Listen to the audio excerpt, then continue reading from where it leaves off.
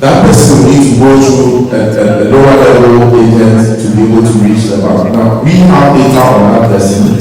We can credit all that person based on the person's activity using everything, including even his airtime, to be able to predict what kind of loan that can be given to that person. So that person can get that support. The traditional bank cannot offer that because they don't have any data on that person. And to go to the streets to pick that information will come at a higher cost than if that is coming from the PSB that has data, existing data available. So those are documented. Then if you have big transactions, you obviously don't come to that state. Okay. Because when you are doing exports of letters of credit and all that, those are businesses for the commercial banks to do and all that. So they handle that import support and all that. But when it comes to a micro business that needs a small amount of money to expand, maybe a retailer needs maybe 50,000, 100,000, 200,000 to do the next level of business expansion. They don't have a bank account. How can we support business? It is through these real plastics and support them.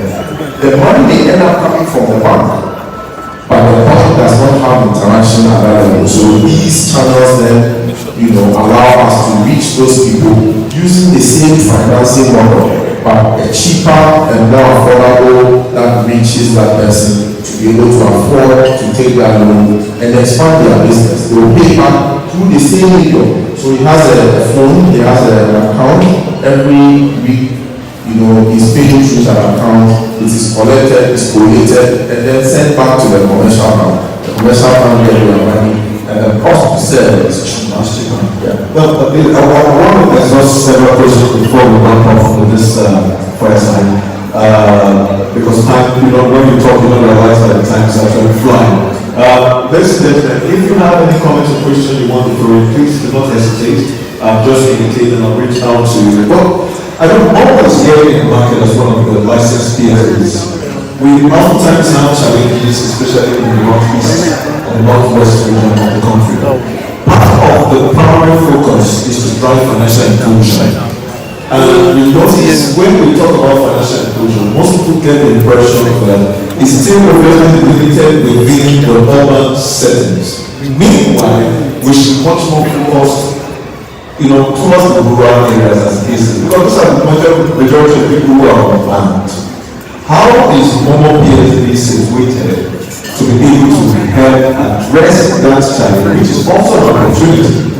And secondly, what kind of collaborative relationship do you have, especially with the over 1.5 or 6 million agent bankers that have actually been going there? I know Simon actually worked over the years to be able to have built that ecosystem, and then we see that as a way of actually helping to drive and close the gap, especially financial inclusion.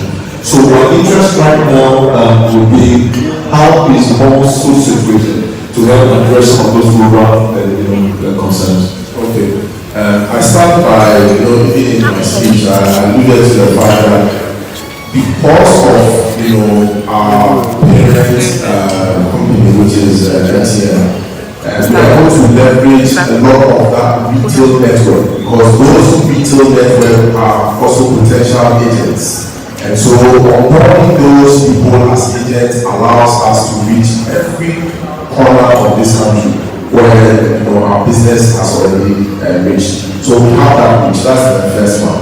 Then you also mentioned the opportunity that comes to the agent association, because we work with them as well to be able to reach many more customers across. Then within the communities, we are also engaging at the community level to bring small businesses who have interest in providing agent services. We also offer it to their people so that we can reach every community that has any form of commercial activity or informal activity to be able to offer financial solutions to them. It will be a village savings loan scheme where we want to provide that. There will be farmers within that community who just need to find a way of, bringing their goods to the next market and be able to get market for their goods. We are able to make those interactions so that when they even bring their goods, they can have a medium that whoever is, having to receive the goods can pay them without having to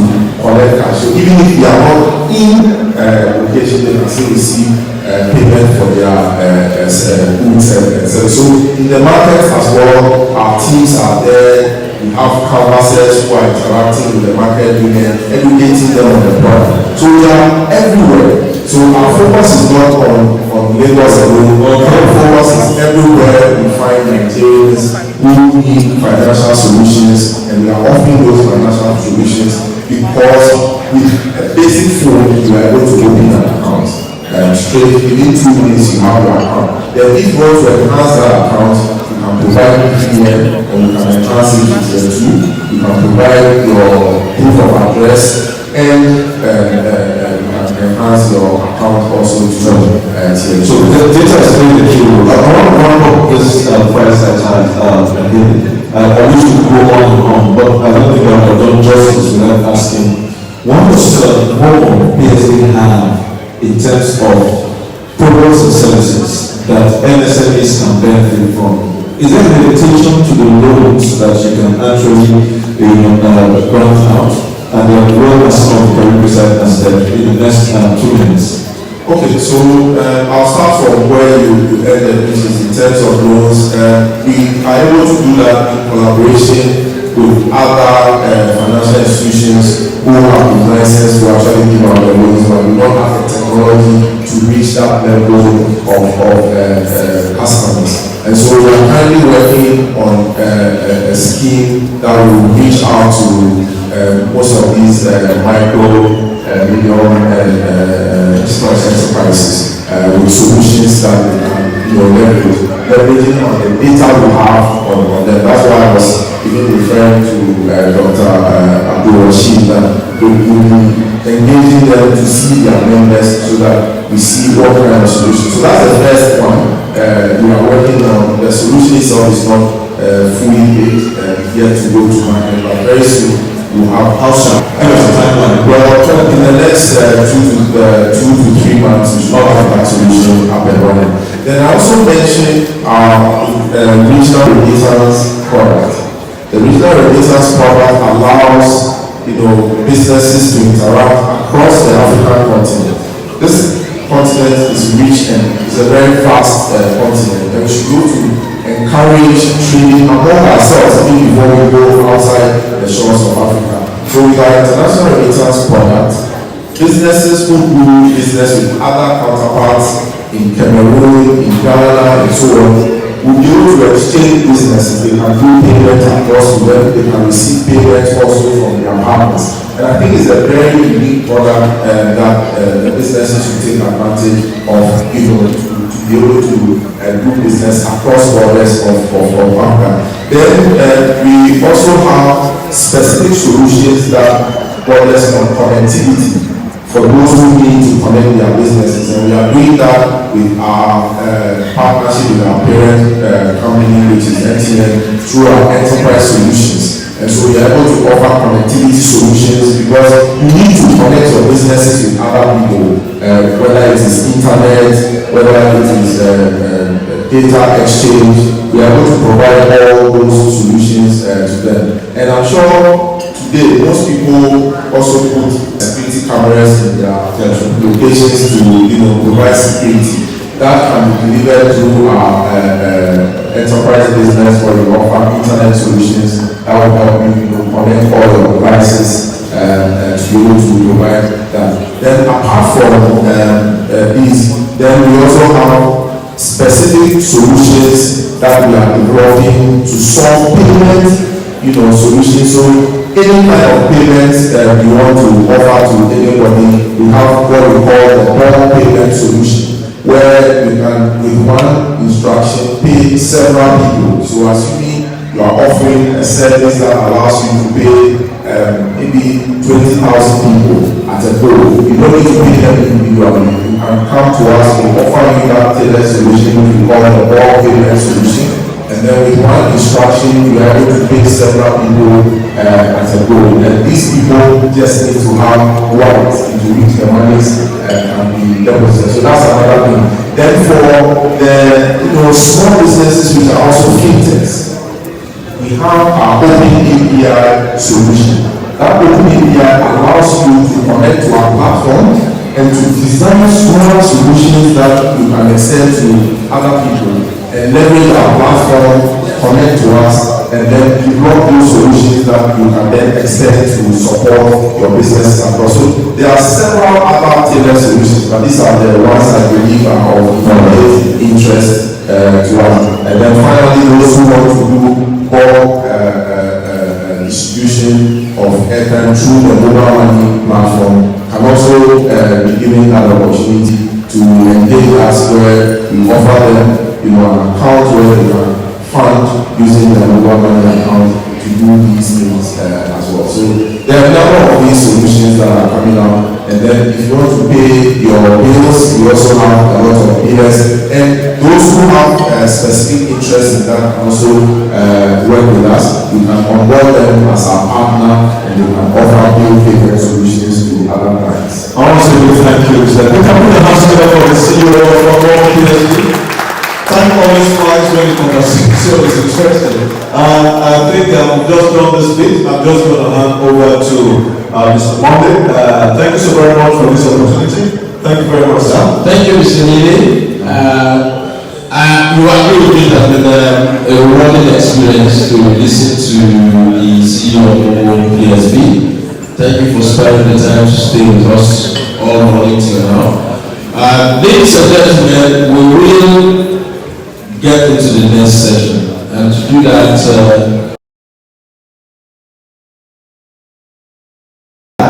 well, some people's hands are up.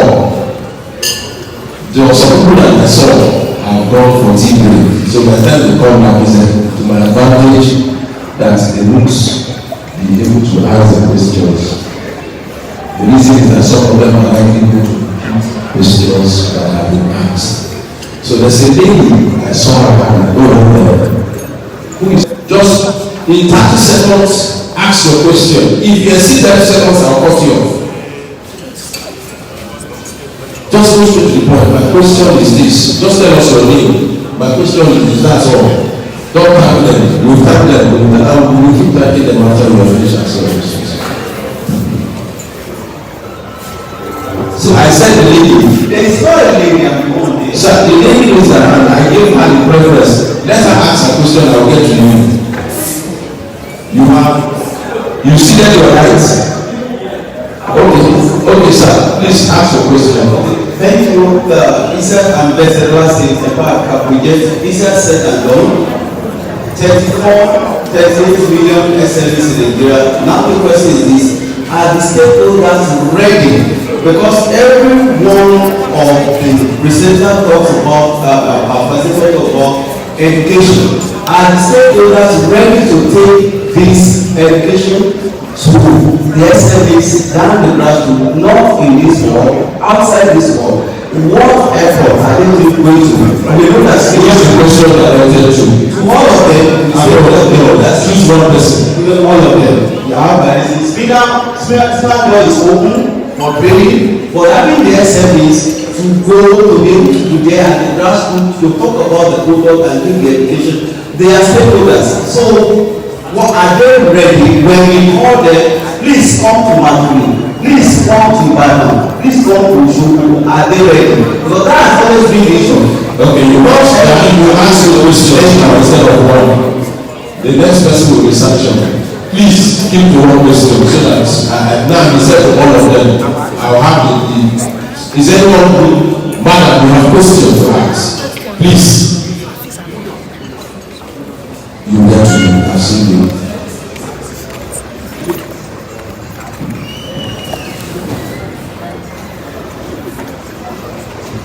Please just tell us your name, your position, the street.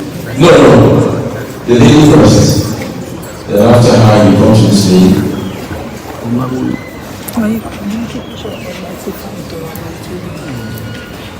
Good afternoon, everyone.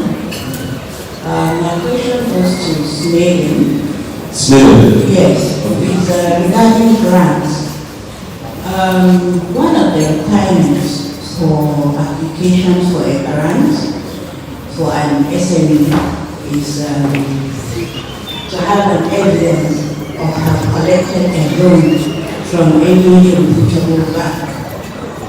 So as a Nigerian, I feel as a Nigerian and as Nigerian we practice democracy. So I feel like one of my human rights has been taken away from me. In the sense that I've been forced to go and get a loan. I feel I can do my business if I feel like without taking a loan. And if I want a grant, I can also apply for it without having that particular condition. Because as a Muslim, one of the things I stay away from is loan. So I'm looking at the way Nigeria is, we have population of Muslims in the country is really high. So I don't know how possible that is to also have another option, you know, alongside that one, you know, that at least people like me can actually opt for. Okay, all right. So you believe that part of your rights have been encroached upon because of the precondition that a loan, you must have taken a loan to have access to these grants. Okay, Spina will answer that. Okay, please take it to the next lady, then to that gentleman. Okay, you will be the last. Yeah, good afternoon. Thank you very much. My question goes to BOI, Bank of Industry. At the last summit, you said you are approachable, affordable, and accessible. Sure, you are approachable, but you are not accessible and affordable. My first question is, I went to your office, I was at Ikeda, so I was given like a form, as Mr. Modi says, like 5 loads of bread forms to fill. It's not a problem for me. I tried filling everything, but one must I use all the necessaries from your office. I can't use an editor from outside. I can't use an advisor from outside. Every detail that you need to get the grants and everything, and it is called 10%. All these people will be 1% too. Some of you have 9%. Okay, so you're saying like another cost outside the 10%. Okay, it's been please. My name is Amzat Olewasio. Actually, not alone, I dream to be an entrepreneur, which I'm not my way. I don't know the way I went to banks, either a secure loan, no collateral. I tried because of to have a good What type of bank did you go to? Commercial bank? Commercial bank? Exactly. As an entrepreneur? Exactly. You have answered the question. You have just answered the question. I don't want you to go too far. No bank, a commercial bank will attend you as an entrepreneur who is just starting. You must have a history. They are not meant to be for you at that stage. You start with a record. If you are looking for that, you look for those ones who are looking for startups, not deposit money banks. They are not mandated to do that. That's why I have microfinance and other institutions. So you have answered the question.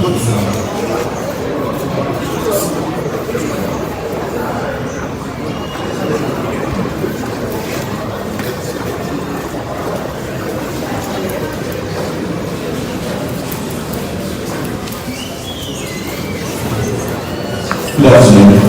My name is Ken. I work with Vanguard. So my question is for BOI. So we have mentioned that carbon was one of our customers because BOI appreciates innovativeness in the financial space. So I just want to understand the nature of carbon being a customer and how other players in the fintech space can take advantage of it. Okay. There's a man in front of me here. Then there's a man here. That will be the last.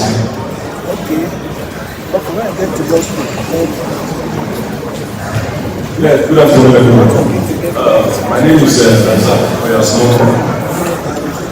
My question actually is to all of them, besides those who are actually giving out. All of them is Okay, let me just pick, should I pick Snedder or Bank of Industry? Okay. We may have, we all know that with issues of climate change, we have a lot of problems that have impacted a lot on the businesses. I just want to know what the strategies they are putting in place for this business they are funding in the event that this risk trigger on their business and they are not able to pay. What strategy do they put in place when they are giving out this loan? That should be one of the Russia. Thank you very much. Okay, the last.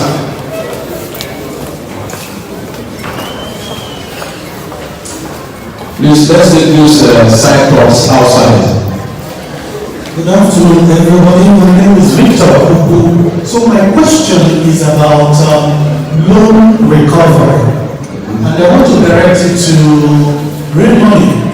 Because you understand that recently the Federal Consumer Protection, Competition Protection, FCC, yes. So they have been trying to modify that industry when it comes to people who go about accessing loans, but they do not pay back. Because I'm trying to ask the question from the perspective of consumers who normally go to access loans, but they don't pay back. So I wanted to ask, how does it affect their operations and what are being done, what are the things that they are doing to enhance that loan recovery aspect of their business? Thank you. I will answer one part of that question. How does it affect their business? They die. You don't pay back. That's one of it. But for personally that happens to any business and you don't pay back, that business will definitely die. Most banks are dying in Nigeria, right? Not some problem people in this country refuse to pay back. You want us billions to use to buy extra ones. So, gentlemen, let me tell you, that's one part of it. You will give you the other technical part of it. Just for you. The first thing that happens to any business you don't pay back, and the business dies. If you owe me, you are about to kill me if you don't pay me. I will die. So, ladies and gentlemen, I will start from the first question, which is directed at all of you. Can anyone just take ownership to answer that question about financial education? Mr. Black, please. If they call upon you to come and educate them in the village, will you be there? We will be there, that's why we are here. For you know, education is all of us have to get involved. Thank God for technology. I don't mind being physically present. We can be present online to also deliver the lecture and educate our people. But all of us have to get involved, like I said earlier. Education is a no-brainer. But it can be physical, it can be online, and it can be put in a cluster arrangement where it can be a law. For example, you can have it in the cluster within an environment, and our people in the environment can come and do a presentation. You can also have an online window where other people can sign in and also do that presentation. But more importantly, all MSMEs must take it from here that they have the ability to educate themselves as to what they want to do. And so use your phone properly, go to the internet, do some research, spend some time reading about your business, your competitors, your product, your market, and what you can do to thrive in that industry. Thank you. Okay. The second question.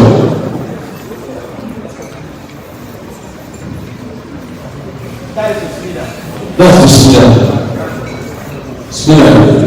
Some people have accused you that you are giving a precondition to grants who does not stand with their civil rights, human rights, and religious rights. That a precondition that you must have taken a loan somewhere else before you get grant for speeder is an encroachment of rights. What's saying now?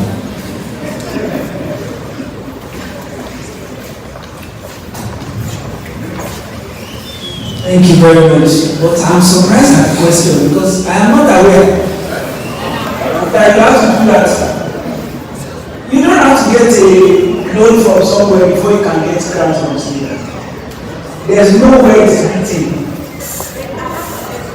She has evidence. If you have evidence, but please make sure that, okay, you can share your evidence with me, but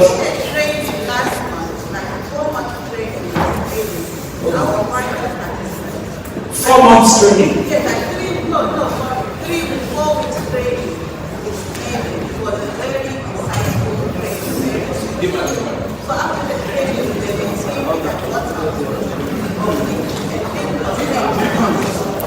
Hold on. Let's so that he can hear you and he can hear you.